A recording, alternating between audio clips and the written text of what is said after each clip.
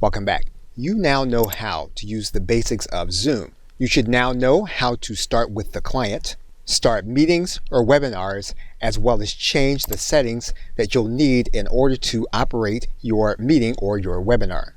Now, we've also walked through the customization of settings, whether those settings are for the meeting or for recordings. We've walked through user management as well as account management. That should now mean that you can successfully start a new meeting, create the meeting according to either customized or default settings, start the meeting, open and use the Zoom client, use your computer audio. You should now be able to start your video, admit any participants.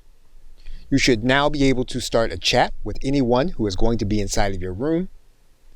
You should also be able to share your screen. We've walked through the creation of breakout rooms, as well as ending the meeting once it is completed. And we walked through the process of managing our cloud recordings or local recordings saved to our hard drive. We can now share those recordings to others to watch them on demand or at our specification. So now, with that, thanks, and I'll see you either in another video or in another course.